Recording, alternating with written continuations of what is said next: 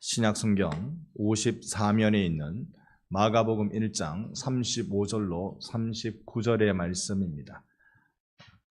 우리 한 절씩 나누어 봉독하도록 하겠습니다. 새벽 아직 또 밝기 전에 예수께서 일어나 나가 한적한 곳으로 가사 거기서 기도하시더니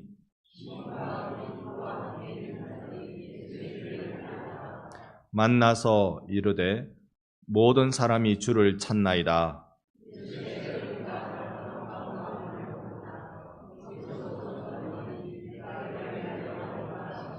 함께 봅니다. 이에 온 갈릴리에 다니시며 그들의 여러 회당에서 전도하시고 또 귀신들을 내쫓으시더라. 아멘.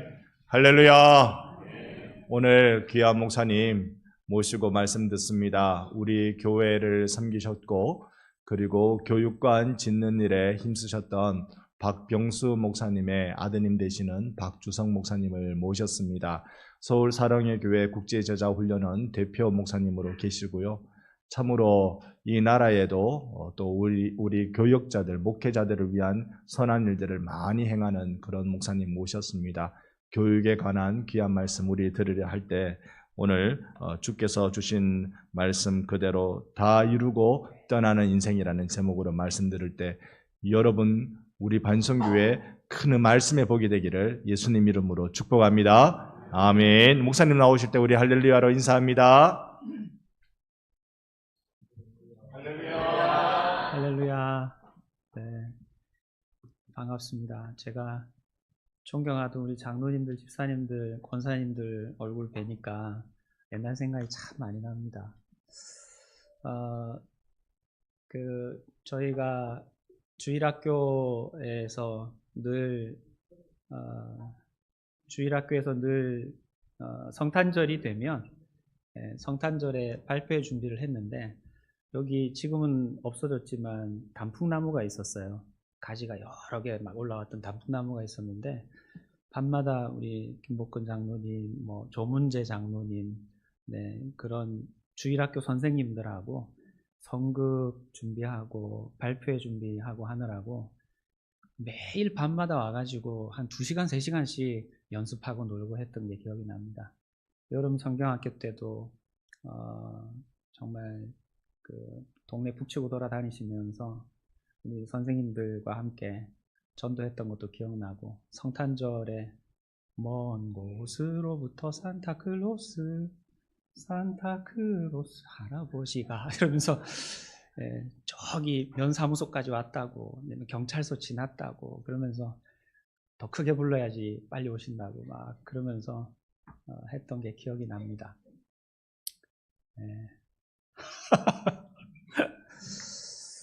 제가 초등학교 3학년 때 아버지가 반성에 부임하셔가지고 고등학교 2학년 때 떠났는데 한 8년 사역을 하시는 기간이 저에게 있어서는 신앙적으로 정말 모판과 같은 역할을 했던 시간인 것 같습니다. 그래서 우리 교회 역사 가운데 지금 목회를 하고 계시는 많은 목사님들이 계시는데 그 중에서 이번 주일학교 100주년 관련해서 세미나를 진행한다고 저한테 연락을 주셔서 너무 영광스럽게 생각을 합니다. 제가 다시 반성교회 강단에 서서 말씀을 또 전할 수 있는 기회가 있을지 아니면 오늘 이 마지막 설교가 될지 잘 모르겠습니다. 근데 제가 만약에 마지막으로 우리 사랑하고 존경하는 장로님, 집사님, 권사님들, 성도님들 앞에서 말씀을 전해야 된다면 어떤 말씀을 전해야 될까 제가 기도하다가 오늘 이 말씀을 가지고 섰습니다. 제가 올해로 이제 만으로 5학년 5반입니다. 제가 5학년 5반이 됐는데 제가 3학년 7반 때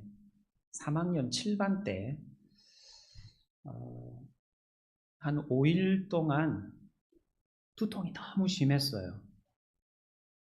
너무 두통이 심해가지고 타이레놀을 먹어도 1분도 두통이 사라지지 않고 하루 종일 두통이 떠나지 않는 어려운 일을 경험을 했습니다. 제가 한 달 동안 거의 밤을 새면서 일을 해야 되는 큰 사역이 있어서 거의 의자에 기대서 자다가 쪽잠 자다가 일어나가지고 또 막 일을 하고 해야 돼서 한 달 동안 거의 밤을 새다시피 하다가 이제 행사를 사역을 딱 시작을 하는 날 아침에 머리가 깨질 듯이 아파서 이제 병원을 갔어요. 행사를 진행을 하지를 못하고 5일 동안 두통이 사라지지를 않는 거예요. 근데 5일째 되는 날에 일어나가지고 공복에 이렇게 물을 한 잔 마셨는데 아침에 일어나자마자 이렇게 공복에 물을 마셨는데 구토가 나는 거예요. 이게 머리가 아픈데 구토까지 나니까 이건 뭔가 이상하다. 그래서 제가 병원을 갔습니다. 37살이니까 뭐 별일 있겠어요. 제가 제 발로 걸어 들어갔잖아요. 제 발로 병원에 응급실에 가가지고 머리가 너무 아프다고 이거 어디가 문제인지 좀 살펴달라고 해가지고 여러 진단을 하고 검사를 했습니다. 검사를 하고 뇌에 혈관 조형으로 CT를 촬영을 하고 나서 의사 선생님이 저한테 박 선생님 머리에 뭐가 있습니다 그러는 거예요. 머리에 뭐가 있으면 만약에 뇌출혈이면 제가 쓰러져 가지고 앰뷸런스 타고 병원 가야 되잖아요. 근데 머리에 내가 쓰러져서 온 건 아닌데 머리에 뭐가 있어요. 그러면 구토가 났지 머리는 5일 동안 두통이 사라지지 않았지. 이건 뇌종양이다, 뇌종양. 그렇게 제가 생각했던 게 제 아내랑 청년부 사역을 했던 또래가 결혼을 해서 부부가 됐는데 그 또래가 제가 병원 가기 전 3달 전에 캐나다 이민을 가 있다가 저랑 똑같은 증세가 있어가지고 병원을 갔는데 뇌종양 말기 판정을 받았어요. 그래가지고 이제 한국으로 와가지고 한국에서 수술도 하고 항암도 하고 하다가 제가 병원 가기 전 3달 전에 하나님의 부름을 받고 떠났어요. 37살에. 그래서 이게 남의 일이 아닌 거죠. 나도 뇌종양이면 37에 여우 같은 마누라랑 토끼 같은 새끼 둘을 남겨놓고 천국을 가야 되는 상황이 올 수도 있겠구나. 그런 생각이 들었습니다. 그리고 나서 이제 계속 MRI도 찍고 MRA도 찍고 뇌척수도 뽑아가지고 척수염인지 검사도 하고 여러 가지 검사를 하고 난 다음에 결론은 제 여기 이마 쪽에 있는 앞에 전두엽 쪽에 있는 말초혈관이 제일 작은 혈관이 탁 터졌대요. 터져가지고 뇌출혈이죠. 경미한 뇌출혈이죠. 탁 터져가지고 뇌의 압력이 너무 높아져가지고 머리가 깨질 듯이 두통이 생겼다는 거예요.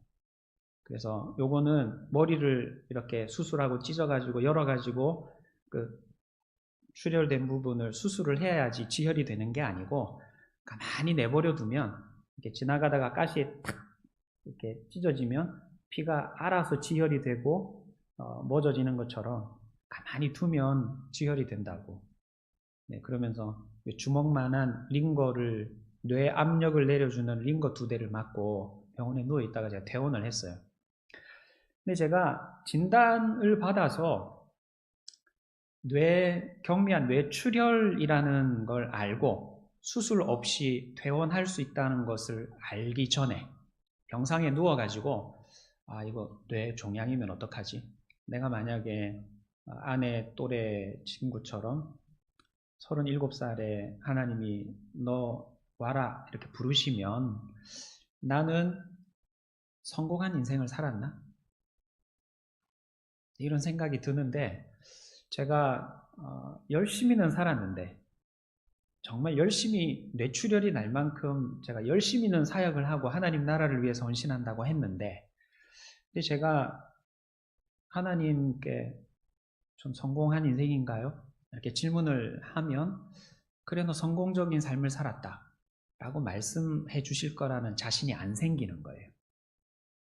그래서 병상에 누워가지고 굉장히 고민을 많이 했습니다.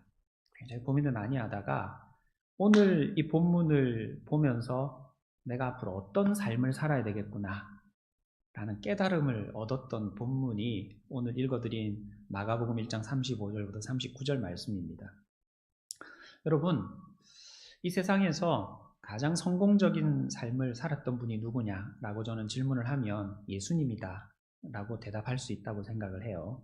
근데 가만히 생각을 해보십시오. 예수님은 33세쯤 되는 나이에 결혼도 못하고 자녀도 두지 못하고 그리고 집에서 평안하게 임종을 맞으신 것도 아니고 십자가 위에서 나무 위에 달려 죽은 자는 저주를 받은 자의 죽음인데 저주받은 자의 죽음을 사람들의 침뱉음과 손가락질을 당하는 저주를 퍼붓는 상황 속에서 우리나라 어르신들 말로 객사를 하신 분이시란 말이에요. 평안하게 집에서 임종을 하신 분이 아니에요. 근데 예수님께서 결혼도 못하고 유산도 남기지 못하고 뭐 엄청난 사역적인 풍성한 열매를 많이 남기지도 못하고 남겼다면 12명의 제자, 70명의 문도, 120문도를 남겨놓고 떠나셨단 말이에요. 근데 예수님이 십자가 위에서 마지막 남기신 말씀이 다 이루었다라는 말씀을 남기고 떠나시잖아요. 나는 만약에 37의 나이에 하나님이 불러가시면 다 이루었다 이 말 한마디를 남기고 죽을 수 있을까? 제가 그 질문을 하는데 자신이 없어지는 겁니다. 그래서 어떻게 예수님은 나보다도 37이었던 그때 나보다도 나이가 더 젊으신 33살쯤 되는 나이에 결혼도 못하고 나는 결혼해서 자녀도 둘이나 낳았는데 결혼도 못하고 자녀도 두지 못하고 많은 유산을 남기지도 못했는데 33세쯤 되는 나이에 하나님의 부르심을 받으면서 마지막 남기는 말씀이 다 이루었다 한마디를 남기고 떠나실 수가 있었을까? 이게 저의 숙제였어요. 예수님께서 요한복음 17장 4절 말씀에서 뭐라고 말씀하시느냐 하면 아버지 하나님께서 내게 하라고 주신 일을 다 이루어 아버지를 영화롭게 하였습니다. 그렇게 말씀을 하세요. 예수님은 뭘 다 이루셨느냐? 하나님 아버지께서 예수님에게 하라고 주신 일이 있었는데 그 하라고 주신 일을 33세가 되는 나이까지 최선을 다해서 다 감당하시고 세상 모든 죄를 지고 하나님과 관계가 깨어져서 원수된 영혼들을 죄 문제 해결하여 하나님과 화목하게 하는 사명을 감당해달라 라고 맡겨주신 사명을 십자가 위에서 다 이루고 떠나셨기 때문에 마지막 남기는 말씀 한마디가 다 이루었다라는 말씀을 남기실 수 있었다는 거예요. 그래서 제가 병원에 누워있다가 퇴원을 하고 난 다음에 제 사역의 방향, 삶의 방향들이 굉장히 많이 바뀌었습니다.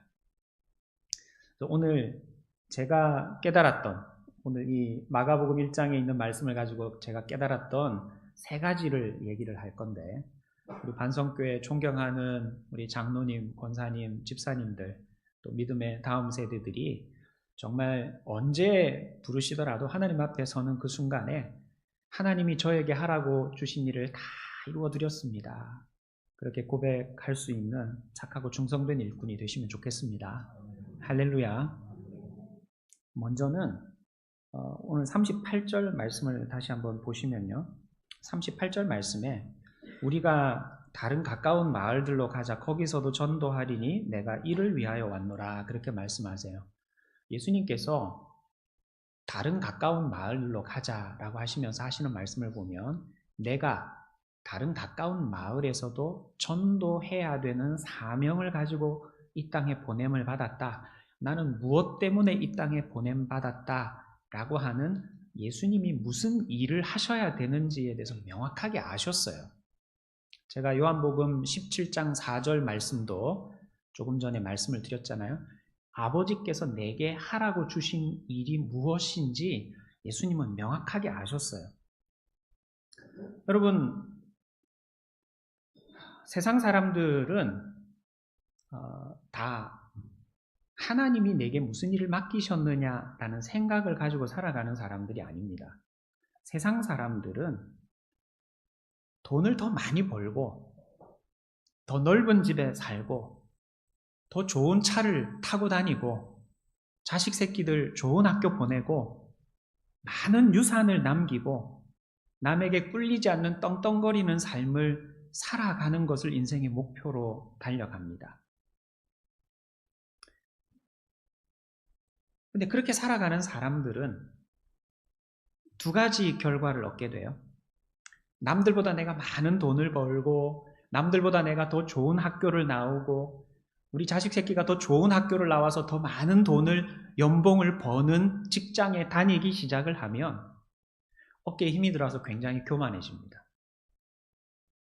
만약 내가 옆집 길동이 아빠보다도 학교가 좀 못한 데를 나오고 월급이 좀 작고 농사 지어가지고 수입이 길동이 아빠보다 좀 작고 타고 다니는 차가 길동이 아빠가 타고 다니는 차보다 조금 후지고 그러면 열등감을 느낍니다. 세상의 기준으로 살아가는 모든 사람들은 교만해지거나 열등감에 사로잡히거나 이 두 가지 결과밖에 없어요. 근데 하나님 안에서 하나님이 내게 어떤 사명을 맡기셨는지를 분명하게 발견해낸 사람은 내가 하나님이 나에게 하라고 주신 일을 다 잘 감당해냈나? 완수했나? 사명을 완수했나? 그렇지 못한가? 그 한 가지 기준으로만 자신을 평가하는 거예요. 그래서 예수님은 33세쯤 나이에 결혼도 못하고 자녀도 두지 못하고 유산도 남기지 못하고 떠나셨지만 객사를 하셨지만 다 이루어드렸습니다 라고 말씀하실 수가 있는 거예요. 어떤 바이올린을 연주하는 세계적인 연주자가 있었어요. 이 바이올린을 연주하는 세계적인 연주자가 오케스트라와 함께 협연을 했습니다. 열심히 협연을 하고 난 다음에 사람들이, 관중들이 다 일어나가지고, 관객들이 일어나가지고 전부 기립박수를 하고 있는데 딱 저기 중 2층에 한 사람만 딱 바라보고 있었어요. 모든 관객들이 너무 연주를 잘하셨다고, 탁월하다고, 영감 있는 연주였다고 칭찬하고 박수를 쳤지만 저 중 2층에 앉아 계시는 그분, 그 바이올린 연주자의 스승님, 그분도 나의 연주에 대해서 박수 쳐주시는가? 그게 궁금했던 거예요. 여러분, 저는 37살에 제 기준을 바꿨어요. 우리 담임 목사님이 박 목사, 너무 수고 많아. 너무 사역 잘하고 있어. 그렇게 막 박수 쳐 주시는 게 중요한 게 아니구나. 성도들이 박주성 목사님 말씀의 은혜 많이 받았습니다. 성도들이 박수 쳐 주는 게 중요한 게 아니구나. 하나님이 오늘 내가 전한 메시지에 대해서 박수 쳐 주시는가? 하나님이 오늘 내가 감당하고 있는 사역에 대해서 박 목사 수고 많았어. 내가 박 목사에게 준 은사와 재능을 가지고 감당해 달라고 맡긴 사명 잘 감당해줘서 너무 고마워. 그렇게 박수 쳐주고 계시는가? 이게 중요한 거예요. 이게. 사람들은 다 잘했다고 박수 쳐주는데 하나님 앞에 섰더니 박 목사 뭐 하다 왔나? 내가 그 일 하다 오라고 세상에 보냈던가? 만약에 하나님이 이렇게 말씀하신다면 저는 잘못된 인생을 사는 거잖아요. 우리 사랑하는 성도님들 중에서 하나님의 부름을 받아 떠날 때에 여보 너무 고생 많았어요. 우리 사남매 자녀들 나 공부하고 입히고 먹이고 하느라고 너무 고생 많았어요. 이제 정말 하나님 품에 안겨서 편하게 안식하세요. 당신은 정말 너무 사랑스러운 남편이었고 너무 존경받아야만 하는 아빠였고 믿음 생활 가운데에서도 너무나 헌신적인 삶을 살아온 정말 하나님이 착하고 충성되다고 칭찬할 일꾼이었어요. 그래서 아내가 칭찬을 하고 자녀들도 아빠 맞아요. 제가 제일 존경하는 분은 아빠였어요. 목사님도 임종예배 인도하러 오셔서 장로님, 집사님 정말 집사님 덕분에 제가 사역할 수 있었습니다. 장로님 덕분에 제가 사역할 수 있었습니다. 그렇게 막 칭찬을 했는데 하나님 앞에 섰더니 이보게 뭐 하다 왔나? 만약에 그렇게 말씀하신다면 얼마나 당황이 되겠습니까? 저는 사랑하는 우리 반성교회 모든 성도님들이 정말 하나님께서 왜 나에게 이 사명을 맡기셨는가? 하나님께서 왜 나에게 반성교회의 직분을 맡겨주셨는가?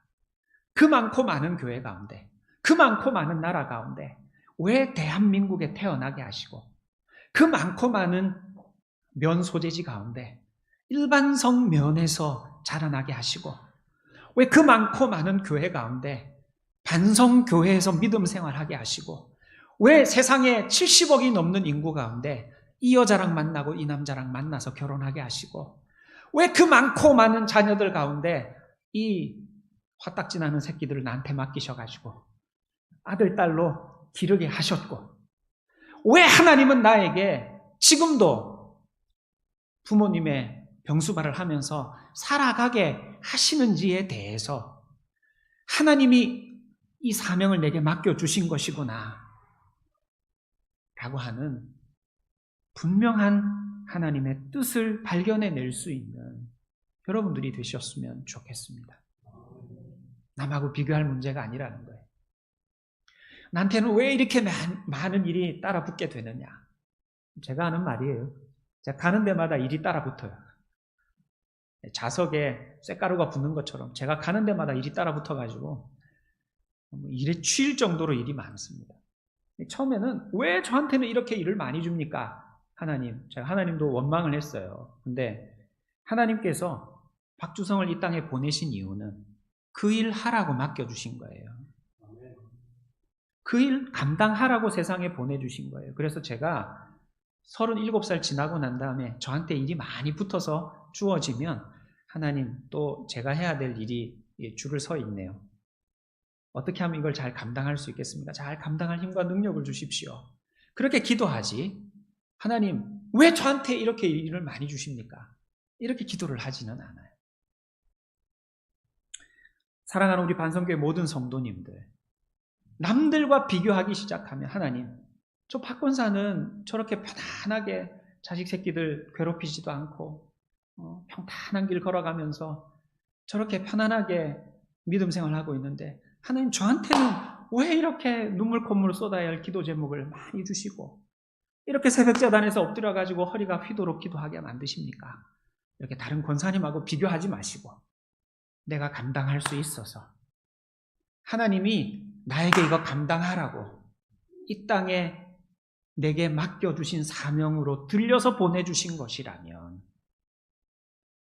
여러분들이 정말 이 땅을 살아가는 동안 남들과 비교하지 말고 하나님의 사명 중심으로 아버지께서 내게 하라고 주신 일을 기도의 사명을 다 감당했습니다. 고백하실 수 있도록 온전하게 감당해가는 모든 성도님들 되시기를 바랍니다. 두 번째, 하나님이 나한테 하라고 맡기신 일이 뭔지를 알았어요. 내가 달려가야 될 인생의 표대를 알았어요. 그리고 나면 그 표대를 향해서 열심히 달려가야 되죠. 열심히 달려가야 되는데 우리는 살아가다 보면 내가 표대를 향해 달려가다가도 좌로나 우로나 치우치게 되어 있어요. 갑자기 다른 사람이 이거 좀 도와주세요. 그러면 쟁기를 잡고 쟁기질을 하다가 논밭에서 쟁기질을 하다가 어이 그러면 요 사람 눈치 보다가 삐뚤삐뚤해지는 거예요. 내가 쟁기질을 해가야 되는 밭고랑을 놓쳐버리는 겁니다. 옆에서 뭐 좀 도와달라 그러면 옆집 밭에 가가지고 급한 일 도와주다가 내가 갈아야 될 밭고랑을 놓쳐버리는 일이 생기는 겁니다. 내가 하고 싶은 관심사가 생겨버리면 하나님은 이 길로 나아가라고 하시지만 나는 이 길로 가고 싶은 마음이 생기는 겁니다. 여러분, 오늘도 예수님께서 한적한 곳에 나가 기도하고 계실 때에 시몬과 함께 있는 자들이 예수님의 뒤를 따라서 만나서 모든 사람이 예수님을 찾습니다 라고 말을 해요. 가버나움에 살고 있었던 모든 사람들이 예수님을 찾는 겁니다. 그 전날에 회당에서 가버나움 사람들에게 하나님 나라의 비밀을 알려주시고 병자들을 고쳐주시고 귀신을 쫓아내주시고 인생 상담을 해주시고 사명에 대해서 알려주시고 다시 일어설 힘과 능력을 공급해주시는 예수님을 그 다음날 안식 후 첫날도 또 만나서 예수님을 통해서 깨달음을 얻고 새 힘과 능력을 공급받고 싶어서 가버나움의 모든 사람들이 예수님을 찾았어요. 근데 예수님께서 뭐라고 말씀하시느냐 하면 됐고 다른 가까운 마을들로 가자. 가버나움에서는 됐고 다른 가까운 마을들로 가자. 내가 거기서도 전도하리니 내가 이 일을 위하여 왔노라. 그렇게 말씀하시는 거예요. 가버나움 사람들이 아마 그랬을 것 같아요. 예수님, 우리 마을 사람들이 한 명도 예외 없이 100%가 모두가 만장일치로 예수님이 우리 마을에서 더 머무시면서 하나님 나라의 비밀을 알려달라고 하는데 저희들은 하나님의 백성이 아닙니까? 어떻게 저희를 버리고 다른 마을로 가시려고 합니까? 우리 마을에 하루라도 더 머무실 수 없습니까? 우리는 이류 성도입니까? 어떻게 걸으실 수 있습니까? 이렇게 말할 수 있었을 거예요. 예수님께서 단칼에 자르시고 다른 가까운 마을로 가버리십니다. 어떻게 그러실 수가 있었을까요? 그 이유는 35절에 있어요. 35절 말씀에 보면 새벽 아직도 밝기 전에 한적한 곳으로 나가셔서 거기서도 기도하셨어요. 하나님께 기도하셨어요. 사역의 대상이 되는 가버나움 사람들이 예수님께 찾아와서 병을 고쳐주세요, 귀신을 쫓아주세요, 하나님 나라 비밀을 알려주세요 요청하기 전에 하나님께 먼저 나가서 하나님께 물어보는 겁니다. 하나님, 제가 세상 죄를 지고 십자가 위에서 하나님과 원수된 영혼들을 위하여 목숨의 값을 내어놓으며 사명을 감당해야 되는데 그 십자가를 지기 전에는 마을들을 돌아다니며 하나님 나라의 천국 비밀을 알리고 전도해야 되는데 하나님, 오늘은 어떤 삶을 살아가야 될까요? 어느 동네에서 말씀을 전해야 되겠습니까? 어제는 가버나움에서 전했습니다. 오늘도 제가 가버나움에서 전해야 할까요? 하나님께 나아가 기도하는 시간을 가지신 거예요. 하나님과 교통정리가 끝난 겁니다. 그러니까 모든 가버나움 사람들이 예수님 앞에 나와서 예수님, 오늘도 우리 마을에 머물러 주십시오. 만장일치로 모든 사람들이 예외 없이 예수님을 가버나움에 붙들어 두고 싶었지만 예수님은 하나님이 맡겨주시는 그날의 사명을 위해 다른 가까운 마을로 가신 거예요. 여러분, 우리가 열심히 살아가지만 열심히 살아가다 보면은 방향을 잃어버리는 때가 있어요. 열심히 살아가다 보면 열심히 산을 올랐는데 산 꼭대기에 올라가니까 내가 올라가야 될 산이 아니에요. 내가 올라가야 될 산은 옆산이었어요. 내가 올라가야 할 산을 오르고 있나? 내가 달려가야 될 사명의 표대를 향해 달려가고 있나? 이걸 점검해야 되는 거예요. 주일마다 예배에 참석해서 하나님께서 들려주시는 음성에 귀를 기울이면서 여름에 특별 부흥회를 할 때, 사경회를 할 때 하나님께서 강사님들을 통해서 다시 말씀해 주시는 말씀의 기준에 비추면서 내가 하나님이 내게 하라고 맡기신 사명의 표대를 향해 가고 있는지 점검하는 시간을 가져야 되는 거예요. 새벽 기도마다 나와서, 주일 예배 때마다 나와서, 특별한 부흥회 기간에 나와서 하나님 앞에 집중하는 시간을 통해서 아버지 하나님께서 내게 하라고 주신 일을 내가 오늘도 잘 감당하고 있나? 지난 상반기 잘 감당해 왔나? 다시 점검하는 시간을 가지셔야 하는 거예요. 여러분, 예수님이 한적한 곳으로 나가 기도하셨다라고 했어요. 기도하셨다는 건 과거죠. 과거에 기도하셨어요. 근데 이 과거 시제인데 미완료 과거 시제예요. 완료가 되지 않은 과거예요. 과거에 기도를 하셨는데 한 번 기도하고 끝난 게 아니라 반복적으로 완료되지 않고 습관적으로 계속해서 기도하셨다는 거예요. 예수님은 오늘만 새벽 미명에 일어나가지고 한적한 곳으로 나가 기도하신 게 아니에요. 매일매일 습관적으로 반복적으로 하나님 앞에 나아가 기도하시면서 내가 하나님 오늘 어떤 삶을 살아야 하겠습니까? 이번 한 주간은 어떤 삶을 살아야 하겠습니까? 제가 하나님이 하라고 맡겨주신 사명의 표대를 향하여서 오늘도 좌로나 우로나 치우치지 않고 달려가고 있습니까? 질문하는 시간을 가지셨다는 거예요. 여러분, 우리나라에서 저기 두바이라는 곳에 500m가 넘는 빌딩을 지었어요. 버즈 두바이라고 500m가 넘는 빌딩을 지었어요. 유명한, 전 세계적으로 유명한 영화에 거기서 주인공이 창문을 타고 막 올라가고 이런 영화도 찍었던 유명한 건물이에요. 근데 그 유명한 건물을 지을 때 지상에서 수직으로 이렇게 똑바로 지어 올라가야 되잖아요.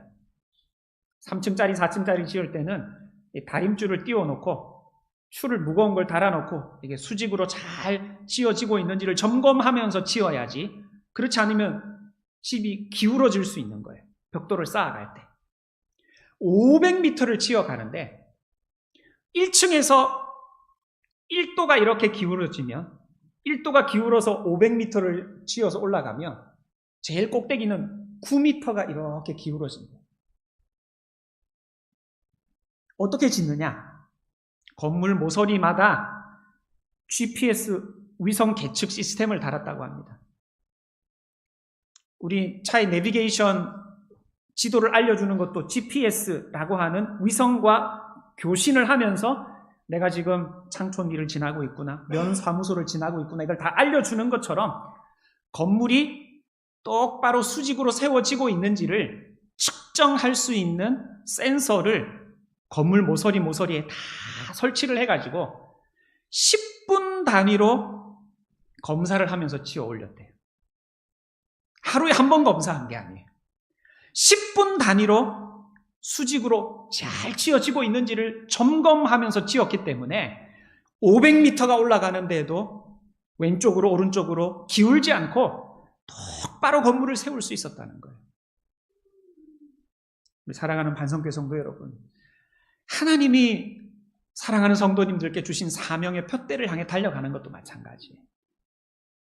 하루에 한 번만 기도해야 되는 게 아니라 10분 단위로 기도하면서 하나님, 제가 하나님이 저에게 맡겨주신 사명을 오늘도 잘 감당하고 있습니까?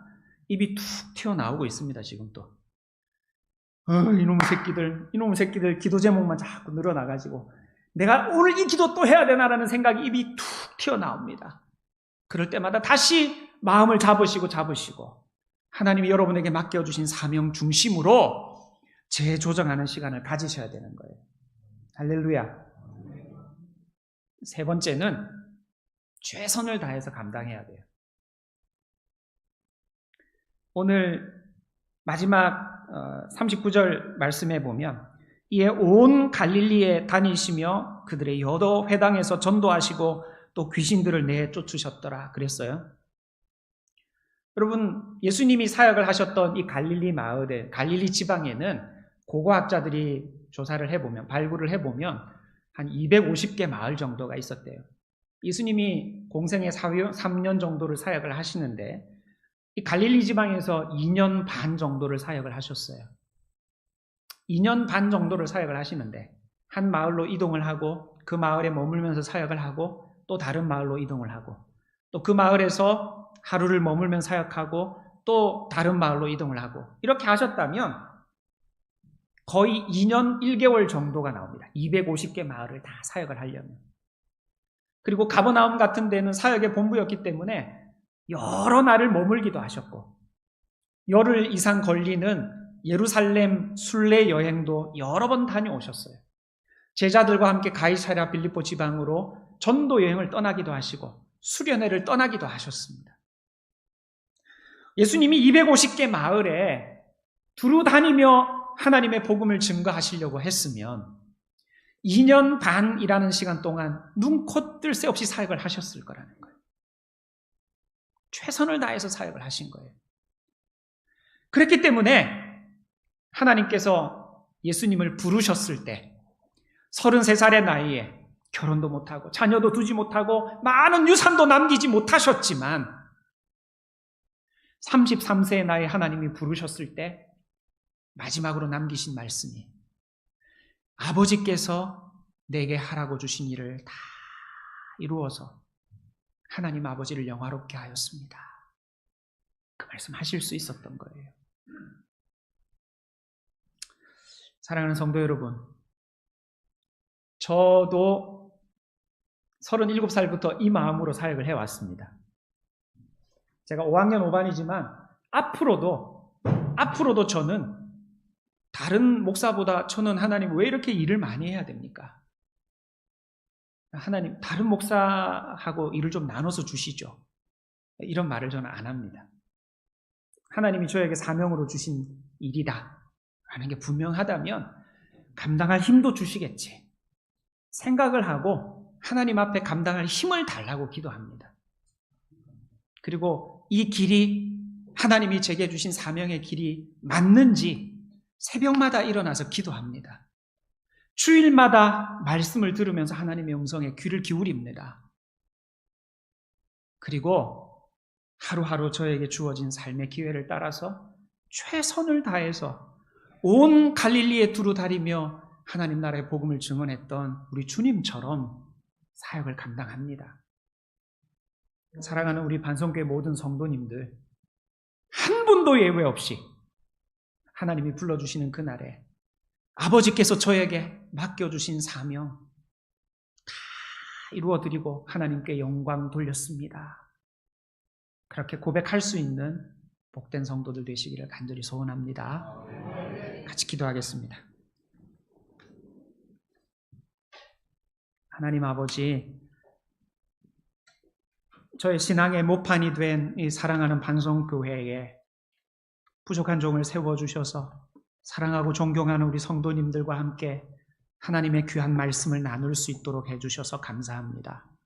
부족하지만 저 같은 자를 불러내어 주셔서 하나님 나라의 거룩한 동역자 삼아주시고 하나님이 저에게 하라고 맡겨주신 일을 위임해 주셔서 하나님 앞에 서는 그날 아버지께서 저에게 하라고 주신 일을 다 이루어 드렸습니다. 고백할 수 있는 자 되도록 기회 주신 것 감사합니다. 사랑하는 우리 장로님, 권사님들, 집사님들, 사랑하는 성도님들, 믿음의 다음 세대들 이 땅에 보내어 주실 때 그럭저럭 인생을 살다가 마감하라고 보내지 아니하시고 집사님이 아니면 안 되는 일, 장로님이 아니면 안 되는 일, 권사님이 아니면 안 되는 일, 형제님이 아니면 안 되는 일, 자매님이 아니면 안 되는 일을 그 손에 들려주셔서 그 맡겨주신 사명을 온전히 감당하라고 오늘도 호흡을 연장시키시며 감당해 나갈 은사와 힘과 능력으로 무장시키시며 이끌어 가시니 감사를 드립니다. 모든 성도들이 예외 없이 하나님 불러주시는 그날 아버지께서 저에게 하라고 맡겨주신 일을 다 이루어드려서 아버지 하나님을 영화롭게 하였습니다. 고백할 수 있는 착하고 충성된 일꾼들이 될 수 있도록 주님 힘과 능력을 허락하여 주시옵소서.